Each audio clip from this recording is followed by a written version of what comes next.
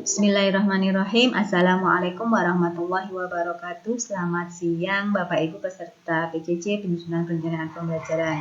Baik, pada kesempatan siang hari ini kita sudah masuk pada materi inti yang kedua dengan mata diklat konsep dasar perencanaan pembelajaran. Baik, segera kita mulai saja Bapak Ibu. Ini kurikulum vitae singkat. Ya, adapun tujuan pembelajaran untuk mata diklat konsep perencanaan pembelajaran adalah Bapak Ibu diharapkan mampu untuk menganalisis konsep dasar perencanaan pembelajaran sesuai dengan regulasi terkini. Untuk regulasi yang terbaru itu Surat Edaran Mendikbud nomor 14 tahun 2019 yang sebelumnya adalah SK Dirjen Pendis nomor 5164 tahun 2018 dan sebelumnya lagi adalah Permendikbud nomor 22 tahun 2016. Untuk konsep dasar perencanaan pembelajaran itu meliputi yang pertama pengertian, prinsip, fungsi, dan komponen perencanaan pembelajaran. Kita lihat untuk pengertiannya, perencanaan pembelajaran itu dirancang dalam bentuk silabus dan FPP yang mengacu pada standar isi. Sedangkan perencanaan pembelajaran itu sendiri meliputi penyusunan rencana pelaksanaan pembelajaran atau RPP, penyiapan media dan sumber belajar, perangkat penilaian pembelajaran, serta skenario pembelajaran.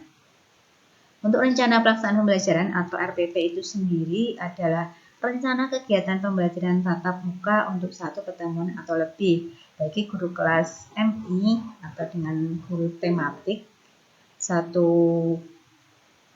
Untuk RPP itu adalah satu pembelajaran.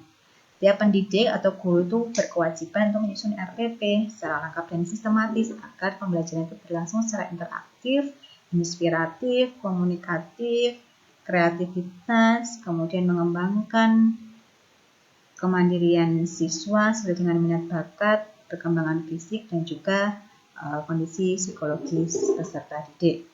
Prinsip penyusunan RPP yang pertama adalah memperhatikan perbedaan individu siswa, pasti karena setiap kelas, siswa atau peserta didik setiap kelas memiliki karakteristik yang berbeda. Yang kedua, partisipasi aktif peserta didik karena paradigma pembelajaran sudah bergeser dari yang berpusat pada guru, sekarang beralih kepada peserta didik atau berpusat pada peserta didik. Ya, pengembangan budaya membaca dan menulis, strategi literasi itu pasti, memberikan umpan balik dan tindak lanjut pembelajaran, harus memiliki keterkaitan dan keterpaduan antar kompetensi atau antar muatan, penerapan TIK yang sudah harus dilakukan karena perkembangan zaman yang semakin cepat dan dinamis, mengembangkan kemandirian belajar dan juga harus berorientasi kekinian. Ya, apakah fungsi perencanaan pembelajaran Bapak Ibu? Ini fungsi perencanaan pembelajaran secara umum.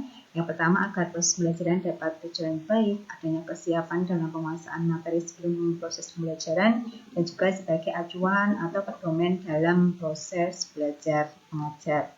Ya, ada pun konten RPP yang Bapak Ibu miliki dan sudah Bapak Ibu susun, itu harus dimunculkan atau harus mengimplementasikan 4 macam hal. Yang pertama adalah PPK, kemudian penguatan pikiran karakter, literasi, 4C, dan HOTS atau Higher Order Thinking Skill, berpikir tingkat tinggi. Sehingga dalam menyusun RPP itu perlu kreativitas guru dalam meramunya. Yang pertama, mengintegrasikan penguatan pendidikan karakter. Nah, ini religius, nasionalis, mandiri, gotong royong, dan integritas. Yang kedua adalah mengintegrasikan literasi yang kemarin sudah Bapak Ibu praktekkan sendiri. Kemudian keterampilan abad 21 atau diistilahkan dengan 4C, kreatif, critical thinking, berpikir kritis, komunikatif, dan kolaboratif, berkolaborasi dengan yang lain. Yang ketiga, mengintegrasikan higher order thinking skill, yaitu capaian sampai C5, C6 atau analisis ataupun juga evaluasi. Untuk analisis di tingkat MI tentunya berbeda dengan konteks analisis di tingkat MTS dan MA karena jenjang pendidikan dan juga karakteristik peserta didiknya berbeda. Kemudian berikutnya, bahwa sesungguhnya tujuan dari implementasi kurikulum 2013 ini bukan hanya sekedar transfer materi, atau transfer knowledge saja, akan tetapi juga pembentukan 4C, pembentukan karakter. Dan beberapa pakar itu menjelaskan pentingnya penguasaan 4C, yaitu tadi kreatif, berpikir kritis, kolaboratif, dan komunikatif sebagai sarana meraih kesuksesan, khususnya di abad 21 yang notabene di era revolusi industri 4.0. Dan penguasaan keterampilan abad 21 ini adalah jenis soft skill yang terimplementasi pada kehidupan sehari-hari.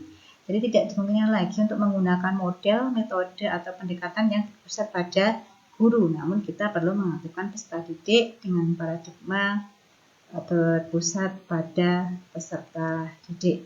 Ini adalah komponen RPP secara umum, Bapak Ibu. Yang pertama ada identitas, itu pasti, kompetensi inti, kompetensi dasar, dan indikator pencapaian kompetensi, atau cukup ditulis dengan indikator.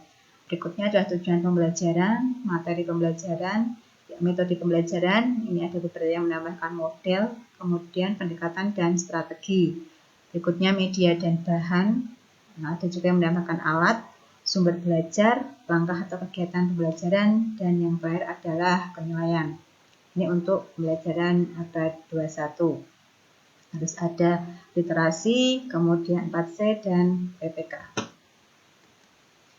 Kemudian Bapak Ibu, perlu Bapak Ibu ketahui bahwa selama kurun waktu implementasi 2013 mulai dicanangkan sampai dengan hari ini, yaitu tahun 2020, terdapat 8 regulasi untuk penyusunan RPP. Ya, kita lihat bersama. Yang pertama adalah RPP ini hanya urutan saja, untuk komponennya relatif sama, hanya urutannya yang berbeda, dan juga pemahaman antara implementasi kurikulum 2013 sebelum revisi dan setelah revisi.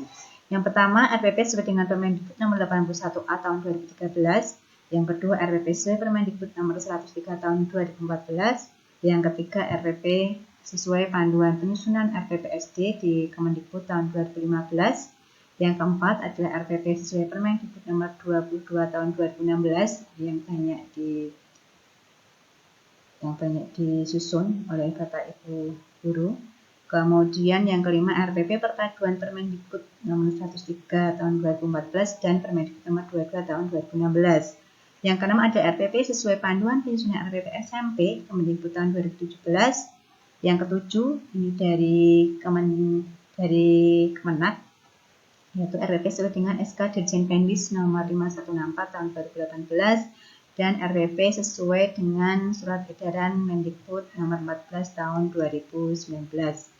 Ya, jadi untuk Bapak Ibu bisa analisis dari ke-8 regulasi tentang RPP, ini komponennya adalah sama. Kita lihat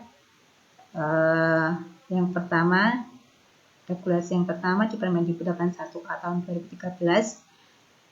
Identitas itu pasti, kompetensi inti, kompetensi dasar, tujuan, materi, metode, media, alat, dan sumber pembelajaran, langkah-langkah, serta penilaian. Kemudian di regulasi yang berikutnya, yang kedua, Permendikbud nomor 103 tahun 2014, ini juga komponennya sama, identitas, KIKD, IPK, kemudian materi, kegiatan pembelajaran, penilaian, media, alat bahan, dan sumber belajar.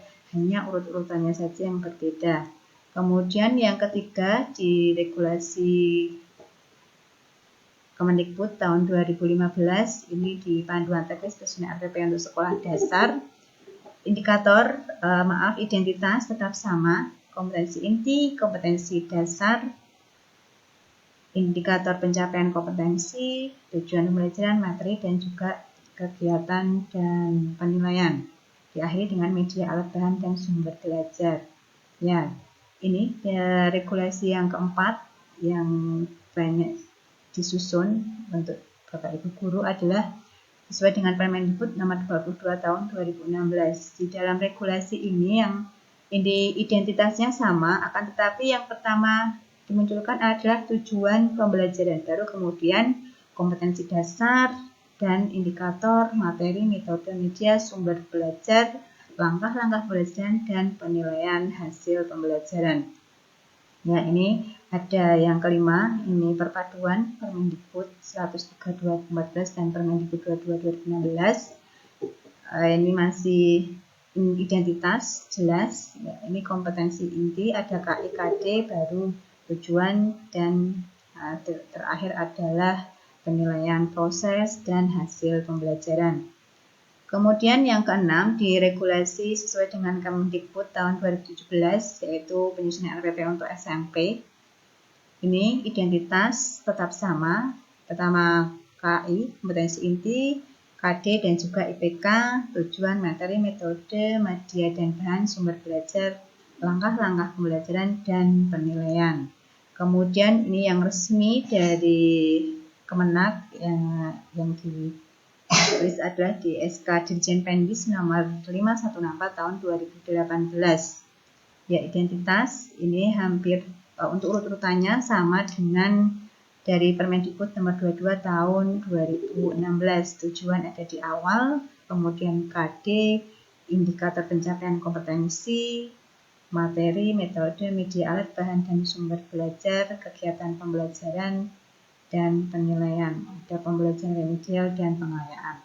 Kemudian di regulasi yang terakhir atau terkini adalah sesuai dengan Surat Edaran Mendikbud nomor 14 tahun 2019 yang disebut dalam kebijakan Merdeka Belajar RPP 1 lembar. Ada komponen wajib atau komponen inti dan juga ada komponen pelengkap. Ini nanti yang akan Bapak Ibu susun dan menjadi produk dalam PJJ penyusunan perencanaan pembelajaran. Di sini tetap ada identitas, ya. Kemudian tujuan, diawali dengan tujuan. Jadi ada 3 komponen inti: tujuan, langkah-langkah kegiatan pembelajaran, dan penilaian. Dan nanti komponen-komponen yang lain dinamakan komponen pelengkap. Ini Bapak Ibu bisa mencermati RPP yang sudah Bapak Ibu miliki dan sudah Bapak Ibu susun itu masuk pada regulasi yang mana, sehingga nanti saat Bapak Ibu menyesuaikan dengan regulasi yang baru, yaitu di Surat Edaran Mendikbud nomor 14 tahun 2019, Bapak Ibu juga menyesuaikan berdasarkan yang pertama yang RPP yang sudah Bapak Ibu miliki, kemudian hasil dari literasi, strategi analisis strategi literasi, kemudian nanti juga ada pemetaan KIKD itu sebagai dasar Bapak Ibu dalam menyusun RPP yang terbaru atau RPP 1 lembar di regulasi yang terkini. Baik, itu Bapak Ibu untuk konsep dasar perencanaan pembelajaran. Kemudian nanti tugas ataupun lembar kerja yang sudah tersedia berupa analisis komponen RPP di 3 regulasi yang terakhir, yaitu regulasi Permendikbud nomor 22 tahun 2016, kemudian SK Dirjen Pendis nomor 51514 tahun 2018, dan Surat Edaran Mendikbud nomor 14 tahun 2019. Itu nanti yang akan Bapak Ibu analisis komponen-komponennya apa saja, urutannya seperti apa, dan untuk LK-nya sudah bisa Bapak Ibu download di sistem plc.pdksemarang.net. Baik, saya cukupkan sekian untuk materi pada siang hari ini. Selamat bekerja dan mohon maaf apabila ada kesalahan. Wassalamualaikum warahmatullahi wabarakatuh.